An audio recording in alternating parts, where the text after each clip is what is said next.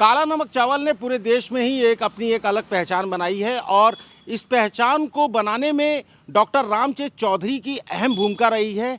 और रामचेत चौधरी को गणतंत्र दिवस पर पद्मश्री सम्मान से नवाजा जा रहा है। और इस वक्त हमारे साथ इंडिया टुडे के डिजिटल प्लेटफॉर्म किसान तक पर बातचीत करने के लिए खुद डॉक्टर रामचेत चौधरी मौजूद हैं। डॉक्टर साहब, सबसे पहले आपको बहुत बहुत बधाई।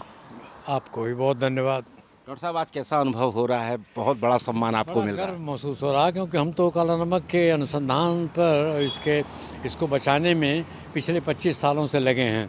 तो ऐसा लग रहा है कि हमारा जो प्रयास है उस पर उसकी सफलता पर मुहर लग गई, एक सरकार की मुहर लग गई।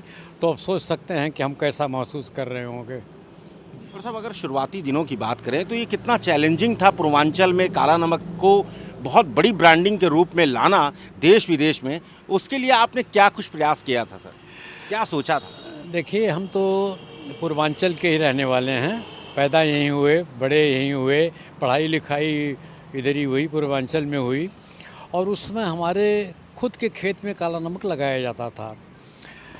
और यूँ समझिए कि 35 साल विदेश में रहने के बाद तमाम बड़ी बड़ी संस्थाओं में, यूनाइटेड नेशंस में, वर्ल्ड बैंक में, इरी फिलीपींस में काम करने के बाद जब वापस लौटे तो काला नमक हमारे खेत से गायब हो गया था।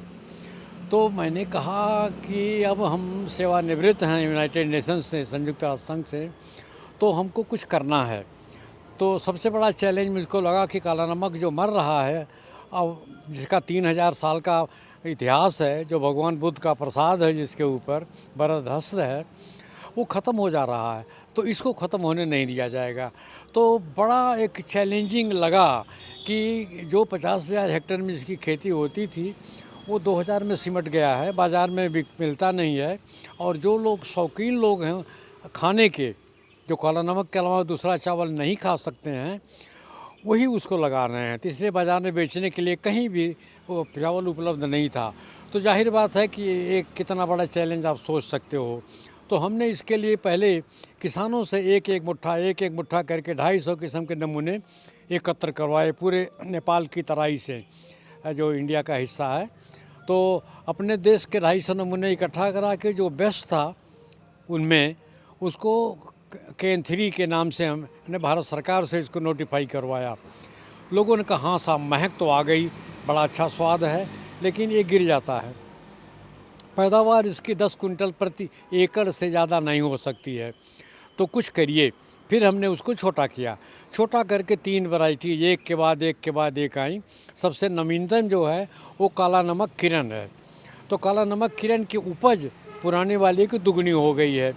और इसमें जो गुणवत्ता है, इसकी महक, सुगंध के लिए जाना जाता है काला नमक, और मुलायमियत के लिए जाना जाता है। जैसे बासमती का भात अगर ठंडा हो गया तो वो चुभता है ज़बान में, कड़ा हो जाता है। काला नमक कभी कड़ा नहीं होता, कितना भी ठंडा हो जाए। तो वो सब चीज़ें इसमें आ गई। इसी का जो है बढ़ाते बढ़ाते अब 80,000, कहाँ 2000, कहाँ 80,000 हेक्टेयर में पहुंच चुका। और हम इसको विदेश में भिजवा रहे हैं। ये सिंगापुर गया, ये जर्मनी गया, ये दुबई गया, 10 टन 100 कुंटल नेपाल गया। तो अब एक बड़ी उपलब्धि रही है इस चैलेंज के बाद। और आज बड़ा संतोष होता है कि कम से कम जो चीज़ मर रही थी वो मर नहीं रही है, वो दुनिया में फैल रही है। और इसको अब विश्व का सर्वश्रेष्ठ चावल कहा जाने लगा है। क्यों? उसका कारण है कि अन्य चावल का इसमें प्रोटीन दुगना है। इसमें आयरन, जो हमें खून बनाता है हमारे शरीर में, वो 3 गुना है। जस्ता या जिंक, जो हमें बीमारियों से लड़ने की ताकत देता है, वो 4 गुना है। उसके अलावा अब मधुमेह के रोगी या डायबिटिक लोग कितने हो रहे हैं, तो डॉक्टर उनको भात खाने के लिए मना कर देता है। काला नमक का ग्लाइसेमिक इंडेक्स बहुत कम है, 49 से 52% है। तो इस नाते ये शुगर फ्री कैटेगरी में आता है। तो अब इसका भरपेट लोग खा रहे हैं।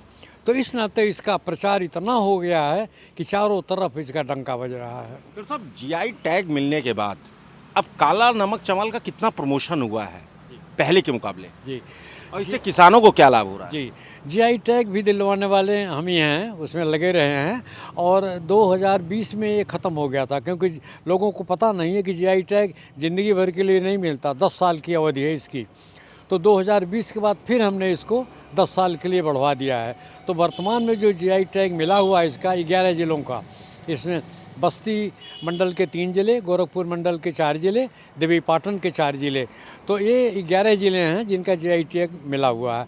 अब यहाँ के किसानों का जो आमदनी है वो दोगुनी नहीं हो रही है, तिगुनी हो रही है, उससे भी ज़्यादा हो रही है, क्योंकि सामान्य चावल और सामान्य धान का इसका जो पैदावार है, जो बोने वाले हैं, खासतौर से काला नमक किरण, ये दुगनी है। तो उसके बराबर आगे की क्या कार्य योजना है, कुछ हमें हमारे दर्शकों को बताइए। जी देखिए, हमें एक दर्द है, और वो दर्द है कि 20 जुलाई 2023 से सरकार ने रोक लगा दी है कि ये एक्सपोर्ट नहीं हो सकता।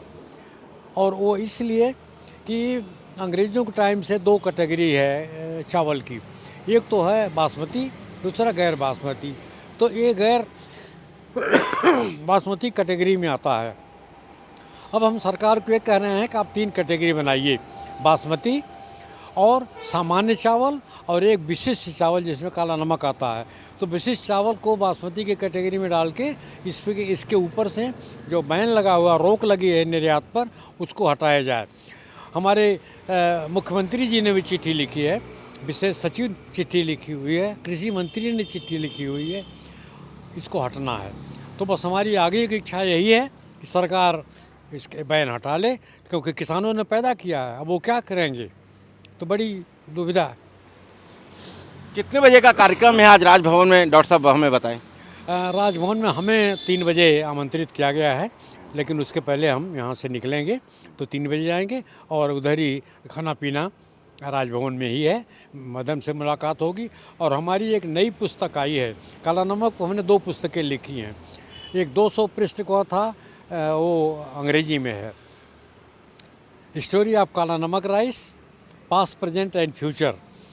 अब उसका हिंदी का अनुवाद तो नहीं है, लेकिन उसका एक बृहद रूप है, काला नमक धान अतीत से वर्तमान। तो ये 3000 वर्षों का इतिहास हिंदी में पहली दफ़ा ये लिखा गया। पहली दफ़ा दोनों किताबें आई हैं जो काला नमक के ऊपर ही हैं। तो ये थे हमारे साथ डॉक्टर रामचंद्र चौधरी, जिन्होंने काला नमक चावल को देश दुनिया में उसकी जो महक है उसको पहुंचाने का काम किया है। अगर ये वीडियो आपको पसंद आया है तो इसे लाइक ज़रूर करें। अगर चैनल अभी तक सब्सक्राइब नहीं किया है तो कर लें, और नोटिफिकेशन पाने के लिए बेल आइकन भी दबा दें।